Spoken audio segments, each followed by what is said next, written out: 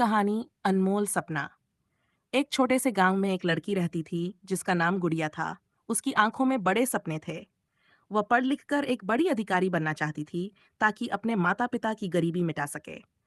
गुड़िया के माता पिता गरीब किसान थे जो दिन रात मेहनत करके अपने परिवार का पेट भरते थे। गुड़िया पढ़ने में बहुत होशियार थी। हर साल वो अपनी कक्षा में अव्वल आती थी, लेकिन गरीबी के कारण उसकी पढ़ाई में अक्सर रुकावटें आती थीं।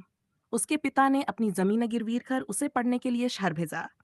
शहर में गुड़िया ने कॉलेज में दाखिला लिया और मेहनत से पढ़ाई शुरू की। एक दिन गुड़िया को एक बड़े एग्जाम के लिए फार्म भरना था, लेकिन उसके पास फार्म भरने की फीस के पैसे नहीं थे। उसने अपने पिता को पत्र लिखा, लेकिन उनके पास पहले ही कर्ज का बोझ था। फिर भी उसके पिता ने गांव के साहूकार से और पैसा उधार लिया और गुड़िया को भेजा। गुड़िया ने एग्जाम दिया और शानदार अंकों से पास हो गई।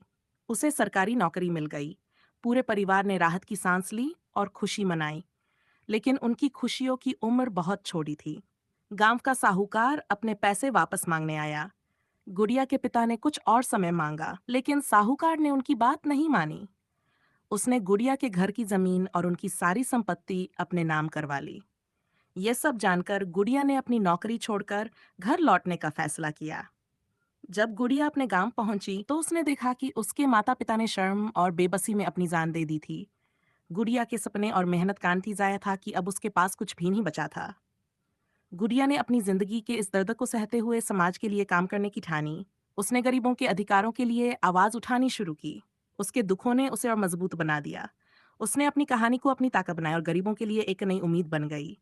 इस कहानी में गुड़िया की मेहनत, त्याग और संघर्ष हमें ये सिखाते हैं कि जिंदगी में कितनी ही मुश्किलें क्यों ना आएं, हमें कभी हार नहीं माननी चाहिए। दुखों को ताकत में बदलकर आगे बढ़ना ही जिंदगी का असली मतलब है।